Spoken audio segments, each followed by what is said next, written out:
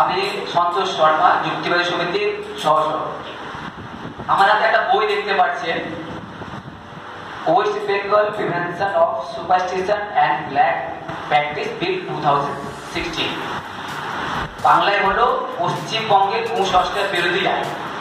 মহারাষ্ট্রে আপনারা জানেন নরেন্দ্র দাভোলকর কুসংস্কার বিরোধী আইনের দাবি জানিয়েছিলেন এবং শেষ পর্যন্ত তাকে হত্যা করা হয়। তার হত্যার পরেই মহারাষ্ট্রে আইন পাস হয় এবং মহারাষ্ট্রের পরে কর্ণাটকেও কুসংস্কার বিরোধী আইন পাস হয় এবং এরপরেও এই পশ্চিমবাংলায় 2015 সাল থেকে সুরেশ কুণ্ডুর নেতৃত্বে পশ্চিমবঙ্গেও কুসংস্কার বিরোধী আইন চাই এই দাবি জোরালো হয়েছে এবং তিনি একটা কমিটি ফর্ম করেছিলেন এবং এই পুস্তিকায় তিনি বিস্তারিত লিখেছেন কি আইনে কি কি আছে। এমনি আমাদের ভারতের দুটো আইন পুরনো রাখাই আছে, the drugs and magic hospital act, the drugs and magic remedies act. এগুলো বিশেষ করে ওষুধের ক্ষেত্রে অ্যাপ্লিকেবল হয়। কিন্তু ধরুন কেউ বললো দৈব ভর হচ্ছে আমার উপরে এবং আপনার আশীর্বাদে আপনার ঠিক হয়ে যাবেন কোন রোগ, সেই ক্ষেত্রে ওষুধ আইনগুলো ঠিকমতো প্রয়োগ হয় না। আমি নিজে গত মাসের 3 তারিখে গেছিলাম অষ্টমপুরে হাড়ভাঙা পুরীর কাছে। আমার সঙ্গে বিজয় দা, সিরাজ আর স্বরাষ্ট্র 3 জন গেছিলাম।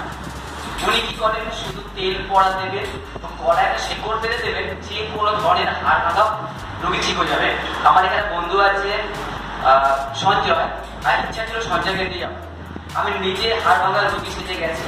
উনি শুধু একটা তেল পড়া দিলেন আর একটা গলায় শেকড়। আমরা ক্যামেরায় ছবি তুলেছি এবং নিয়ে গেছি থানায়, পাতুরিয়া থানায়। থানার যে ইনচার্জ ছিলেন তিনি প্রথমে কমপ্লেন নেবেন না, আইনটা পড়ছেন, পুরো আইনটা দেখছেন, না এটা তো নেওয়া যায় না, অনেক গল্প শোনালেন। আমরা আপনি যদি কমপ্লেন না নেন, অ্যাজ এ রুগী আমি কমপ্লেন করছি। শেষ পর্যন্ত উনি কমপ্লেন নিলে রিসিভ কপি আমাদের দিয়েছেন যুক্তিবাদী সমিতির তরফ থেকে যে কমপ্লেন করা হয়েছিল।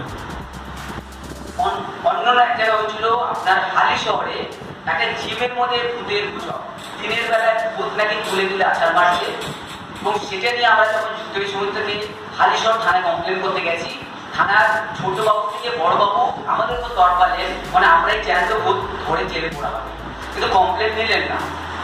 আর একটি ঘটনা হলো হাওড়ার একটা থানা এলাকায় একটা মা কালীর মূর্তি তুলতে পারছে না। আমি মনীষ পশ্চিমজিৎ গেছিলাম সত্যিটা জানার জন্য যে বুজুর্গি কি হচ্ছে। সেখানে হঠাৎ নাকি মা কালী কাঠোর ঘর করছে এবং যে মাটির পুতুলটা মানুষ তুলতে পারছে না। এই যুগে হাজার হাজার মানুষের ভিড় হচ্ছে, মাঝে মাঝে খবর নাকি কিছু মানুষের ঘর করছে। তারপরে একটা ধর্মের নামে বা ঈশ্বরের নাম করে একটা বুজুর্গি সরানোর চেষ্টা হচ্ছে, হঠাৎ ঠাকুরের ঘর হচ্ছে। এই বুজুর্গি বন্ধের দাবি নিয়ে আমরা গেছি থানায়, একটা থানায়। তো থানার যে ইনচার্জ বলে আমরা কমপ্লেন দিতে পারি না, ধর্মীয় ব্যাপার। তো এত কিছু সমস্যা যখন দেখা দিল, তো আমাদের মাথায় এলো কি সুরেশ কুণ্ডু যে আইনটা নিয়ে আন্দোলন করছেন, এখানে কিন্তু সেই দৈব আড়ালে বা অলৌকিক উপায়ে বা মিরাকেলে যদি কেউ ট্রিটমেন্ট করে বা আশ্বাস দেয়, সেগুলো বন্ধের সব উপায়গুলো আছে। এবং সুরেশ বাবু একটা কমিটি বানিয়েছিলেন, সেই কমিটির মাধ্যমে বিলটা ল কমিশনের মাধ্যমে বিধানসভায় পেশ হয়ে গেছে এবং পাবলিকলি সেটা যে কেউ আপনি দেখতে পারেন, পাবলিক ডোমেনে আছে। কিন্তু আইনটা রাজ্য সরকার পাস করতে চাইছে না। এখন আমরা ভারতীয় বিজ্ঞান ও যুক্তিবাদী সমিতির তরফ থেকে চাইছি এই আইনটা যত তাড়াতাড়ি সম্ভব পাস হোক এবং লাগু হোক।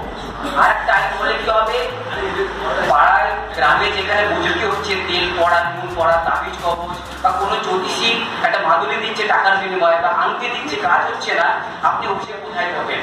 এই আইনটা যদি থাকে অনেক সুবিধা হবে, বিশেষ করে যারা আমরা যুক্তিবাদী আন্দোলন করি, বিজ্ঞান আন্দোলন করি। তাই যুক্তিবাদী সমিতি যে